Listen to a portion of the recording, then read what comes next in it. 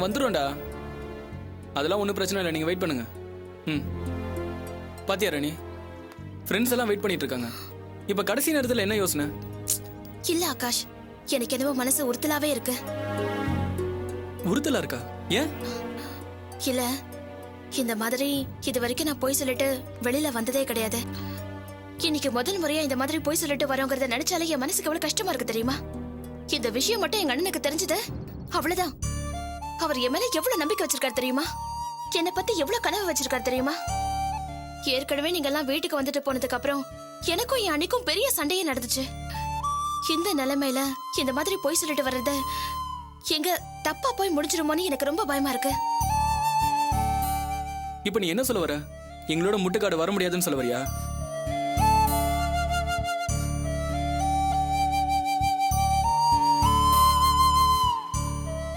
டேய், என்னடா ஆச்சு? டைம் ஆச்சு, ஃபோன் பண்றா. இல்ல காயத்ரி, அவனே ஃபோன் பண்றேன்னு சொன்னான்.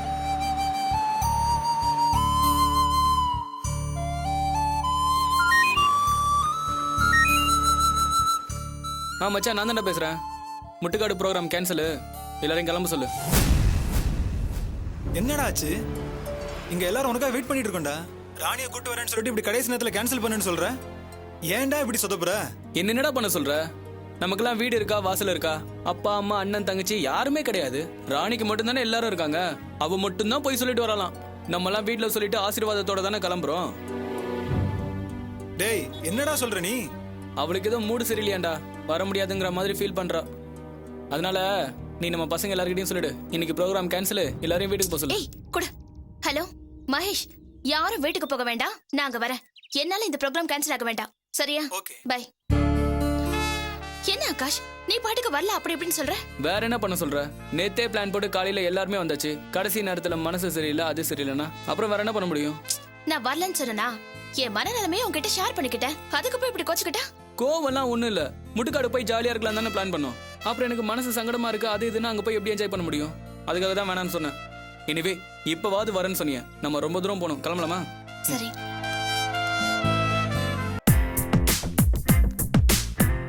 உட்காரு.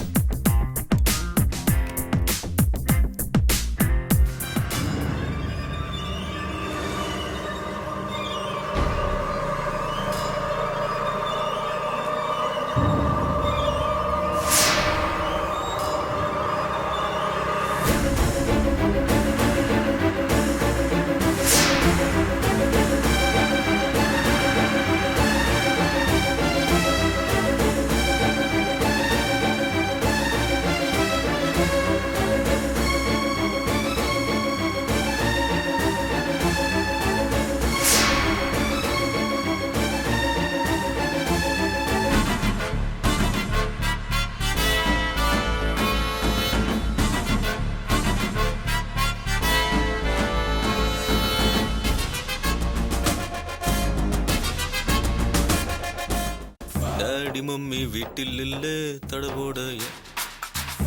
சார், என்ன சாப்பிட்றீங்க? இன்னொரு கெஸ்ட் வரணும், அப்புறம் கூப்பிடுறேன். ஓகே.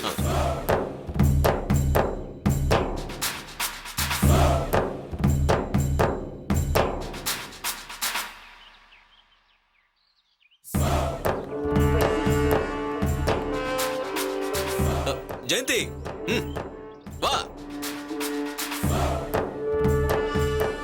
என்னன்னா ஆபீஸ்க்கு ஃபோன் பண்ணி என்ன உடனே வர சொன்ன? என்ன விஷயம்? என்ன ஜெயந்தி இப்படி பேசுற? நேத்து நீ என் கல்யாண விஷயமா உங்க வீட்டுல பேசிருப்ப, நல்ல ரிசல்ட்டா சொல்லணும்னு ஃபோன் பண்ணி வர சொன்னா. இவ்வளவு சலிப்பா பேசுற. அப்போ நீ நேத்து என் கல்யாண விஷயமா உங்க வீட்டுல பேசவே இல்லையா? நீ வேறனா உன் கல்யாண விஷயத்தை பத்தி பேசலான்னு ஒரு முடிவோடு தான் நான் வீட்டுக்கு போனேன். ஆனா எதிர்பார்க்காம வீட்டுல பெரிய குழப்பமே ஆயிடுச்சு. என்னாச்சு? சரி, ஃபாரின் போனதுனால காவியாவோட மாமனாரும் மாமியாரும் நீ போய் உங்க அம்மா வீட்டுல கொஞ்ச நாள் தங்கிட்டு வான்னு சொன்னாங்கன்னு போய் சொல்லி இவ்வளவு நாள் தங்கியிருக்கா. நேத்து தான் உண்மை தெரிஞ்சது, இவ இத்தனை நாள் வாழ வெட்டிய வந்து உட்காந்துருக்கான்னு. இந்த விஷயம் வீட்டுக்கு தெரிஞ்ச உடனே அப்படியே வீடே சோகமாயிடுச்சு. இந்த சூழ்நிலையில நான் எப்படி உன் கல்யாண விஷயத்தை பத்தி பேசுறது? அதான் வாயை முடிக்கிட்டு சும்மா இருந்துட்டேன். ஐயோ, எனக்கு நானே வில்லன் ஆயிட்டேனா? என்னன்னா சொல்ற? எனக்கு ஒன்னும் புரியல. காவியா அவ மாமியார் வீட்டுக்கு சமாதானம் பேச போய் இப்ப வாழ வெட்டியா வந்து நிக்கிறாள, அத சொன்ன. ஆமா, இந்த விஷயம் உனக்கு எப்படி தெரியும்? காவியா தன்னை நிரபராதின்னு ப்ரூவ் பண்ண முடியாம இருக்கிறதுக்கு காரணமே நான் தான். என்னன்னா சொல்ற?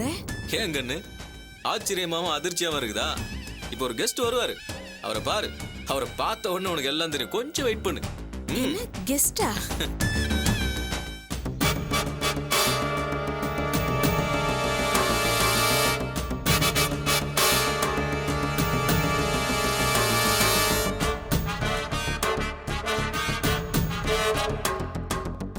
Hi Ram. Hi. Hi Dina. வாங்க ராம். Hello madam. உட்காருங்க. ஹலோ. நான் சொன்ன கெஸ்ட் இவர் தான்.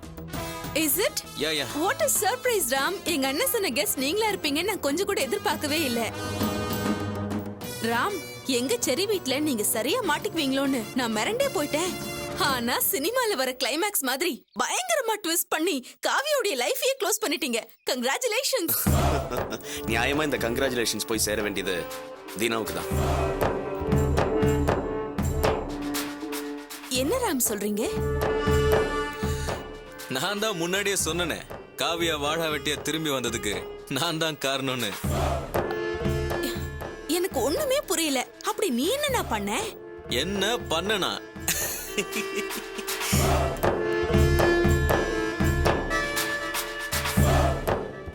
பாரு.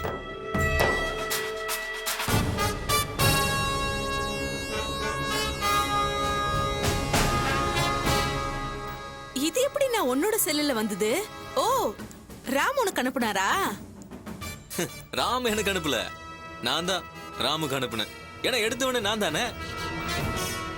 நீ எடுத்தியா? ஆமா, நான் தான் இதை எடுத்தேன். பீச்ல ஒரு முக்கியமான ஆளை பார்க்க போயிருந்தேன். டக்குன்னு பாக்குறேன் காவியாவோட இவன் உட்காந்துருக்கான். சரி, என்னைக்காவது நமக்கு யூஸ் ஆகும்னு சொல்லி மொபைல்ல எடுத்து சேவ் பண்ணிட்டேன். சரிண்ணா, இத நீ எப்போ ராமுக்கு அனுப்புன? அது சார பார்ல மீட் பண்ணேன். ரெண்டு பேரும் ஃப்ரீயா பேசிட்டு இருந்தோம். அது நம்ம சிவகாமியை பழி வாங்க துடிச்சிட்டு இருக்க மாதிரி சாரு காவியாவை பழி வாங்க துடிக்கிற விஷயம் தெரிஞ்சுது. டக்குன்னு இந்த கிளிப்பை யூஸ் ஆகும்னு சொல்லி ப்ளூடூத்ல அனுப்பி விட்டேன். அத சாரு சரியான நேரம் பார்த்து யூஸ் பண்ணிருக்காரு பாரு. காவியா எங்க வீட்ல வந்து உட்கார்ந்த அடுத்த நிமிஷமே இவளை எப்படி அங்கேயே நிரந்தரமா உட்கார வைக்கிறதுன்னு யோசிச்சு என் மண்டையே குழம்பி போயிடுச்சுடா. நான் எதிர்பார்க்காத திருப்பமா இந்த செல்போனே அந்த வேலையை செஞ்சிடுச்சு. எனக்கு ஒரே சந்தோஷமாயிடுச்சுனா. இருந்தாலும் என் மனசுல கொஞ்சம் வருத்தம் இருக்குண்ணா. என்ன ஜெயந்தி? என் மாமியாக்காரி தன் பொண்ணோட வாழ்க்கை இப்படி ஆயிடுச்சேன்னு துடிச்ச துடிப்பையும் வடிச்ச கண்ணீரையும் பாக்குறதுக்கு நம்ம அம்மாவால முடியலையேன்னு எனக்கு ரொம்ப வருத்தமாயிடுச்சுண்ணா. ஹே, இதுக்கு ஏன் ஃபீல் பண்ற? நாளைக்கே அம்மாவை பார்த்து இந்த சந்தோஷத்தை சொல்லி ஷேர் பண்ணிப்போம். Sir order please. ராம், என்ன சாப்பிடுறீங்க? இந்த சந்தோஷமான விஷயத்தை எல்லாரும் ஸ்வீட் சாப்பிட்டே கொண்டாடுவோம். சூப்பர். என்ன ஸ்வீட்? ஏதாவது ஒரு ஸ்வீட் சொல்லுண்ணா. என்ன ஏதாவது ஒரு ஸ்வீட்? பாஸ், இந்த ரெஸ்டாரண்ட்ல என்னென்ன ஸ்வீட் இருக்கோ எல்லாத்தையும் கொண்டு வந்துருங்க. Okay sir. ஓகே. ராம், எல்லா ஸ்வீட்டையும் ஆர்டர் பண்ணிட்டேன். உங்களுக்கு ஒன்றும் சுகர் இல்லையா? சுகர்லாம் எதுவும் இல்ல. அப்படியே இருந்தாலும் இன்னைக்கு நான் ஸ்வீட் சாப்பிடுறேன்.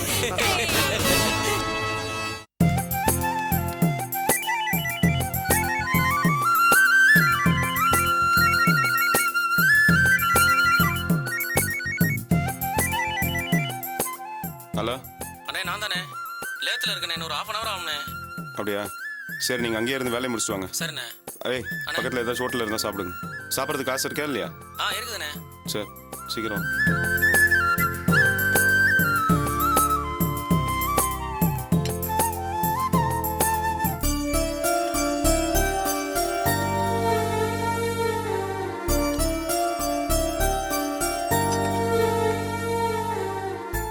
வாரிசுண்ணா கொடு. எங்க குப்பனி ரங்கனியும் காணும்? அவங்க ஒரு வேலை விஷயமா லேத்து வரைக்கும் போயிருக்காங்க. வேலை கொஞ்சம் நேரமாகும்னு சொன்னாங்க. அதான் நீங்கள் அங்கேயே சாப்பிட்டு வாங்கன்னு சொல்லிட்டேன். சரி, நீங்க போய் கை கழுவிட்டு வாங்க, சாப்பிடலாம். சரி.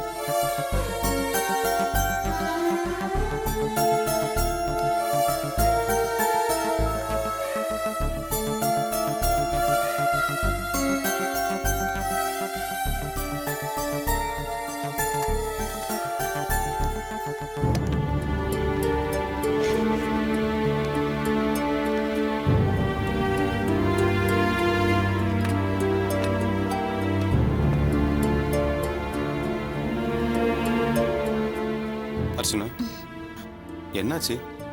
ஏதோ ஒரு யோசனையில இருக்க? இல்ல, உங்ககிட்ட ஒரு முக்கியமான விஷயம் சொல்லணும். அவ்வளவுதானே? என்ன விஷயம் சொல்லு.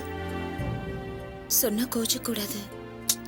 என்ன அர்ச்சனா, பொதுவாகவே நான் யார்கிட்டயும் கோச்சிக்க மாட்டேன்னு உனக்கு நல்லாவே தெரியும். அதுவும் உங்ககிட்ட கோச்சிப்பனா? என்ன விஷயம் சொல்லு. எனக்கு பயமா இருக்கு. சொன்னா நீங்க கண்டிப்பா கோச்சுப்பீங்க. என்ன அர்ச்சனா இது? நான் என்ன முட்டாலாம் முரடனா தேவையில்லாம கோச்சிக்கிறதுக்கு? என்ன விஷயம் சொல்லு. நான் சொல்ல போற விஷயம் உங்களை கோவப்படுத்துற மாதிரி இருக்கும். அர்ச்சனா, எதுவாக இருந்தாலும் நான் உங்ககிட்ட கோச்சிக்க மாட்டேன்னு உனக்கு நல்லாவே தெரியும். என்ன விஷயம் சொல்லு. காலையில ராணி காலேஜுக்கு போனதுக்கு அப்புறம் அவ ஃப்ரெண்டு ஃபோன் பண்ணியிருந்தா. ம், சரி. அதுக்கு என்ன இப்போ? இல்ல, அவ பேசும்போது இன்னைக்கு காலேஜ் லீவுன்னு சொன்னா. கேட்கும்போது உங்களுக்கே இவ்ளோ குழப்பமா இருக்குல்ல? இதே மாதிரி தான் எனக்கும் குழப்பமா இருந்துச்சு. ராணி காலேஜுக்கு போறேன்னு போய் சொல்லிட்டு வேற எங்கேயாவது போறாளோன்னு நினைச்சேன். நான் உங்களுக்கு சாப்பாடு எடுத்துட்டு வர வழியில அவ கூட படிக்கிற ஆகாஷ்ங்கிற பையன் கூட பைக்ல போறத நானே என் கண்ணால பார்த்தேன்.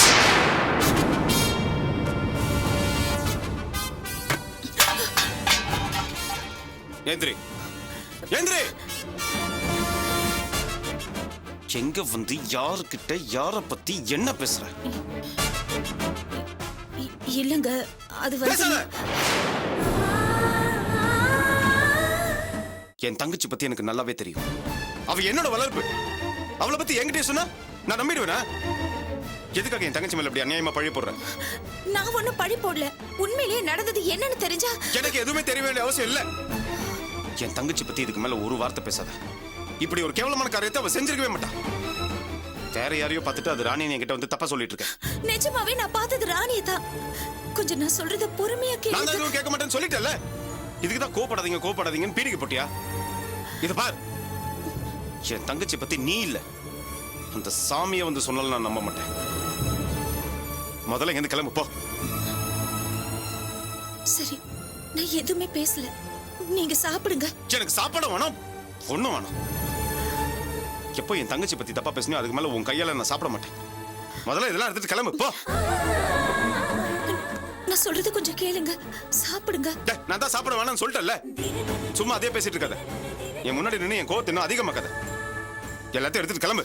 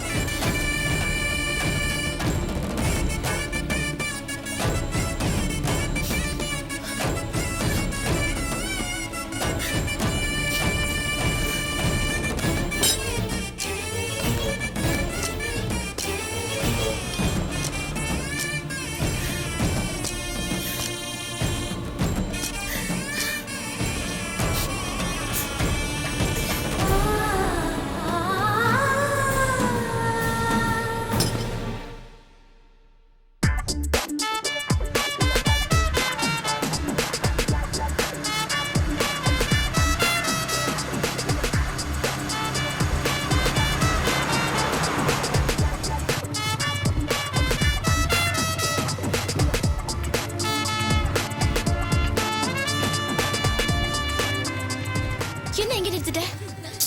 இவ்வளவு தூரம் வந்துட்டோம். பாரு எவ்வளவு அழகான சவுக்கு தப்புன்னு. அப்படியே கொஞ்சம் தூரம் நடந்தா பீச் இருக்கு. அழகா உட்காந்து டைம் பாஸ் பண்ணிட்டு போலாம். போலாமா? வா வா ராணி. அப்பா வெயிலே தெரியல. ஏய் மச்சான், போட்டிங் எப்பரா இருந்தது? போட்டிங்கோட ஃபிஷ் ஃபிங்கர் சூப்பரா இருந்தது. ஏய் தீனி பண்டாரோ, நீ எப்பவுமே திங்கறதுல குறியாருடா. ஏய் ராணி, உனக்கு எப்படி இருந்தது போட்டிங்? எனக்கு இது ஒரு புது எக்ஸ்பீரியன்ஸ் பா. நான் இந்த மாதிரில வந்ததே கிடையாது. நான் ரொம்ப என்ஜாய் பண்ணேன். ஹே ராணி, நான் கூப்பிட்டப்போ வர மாட்டேன், வீட்டுக்கு தெரிஞ்சா பிரச்சனை ஆயிடும்னு நீ மட்டும் வராம இருந்திருந்தா இந்த எக்ஸ்பீரியன்ஸ் எல்லாம் மிஸ் பண்ணிருப்ப.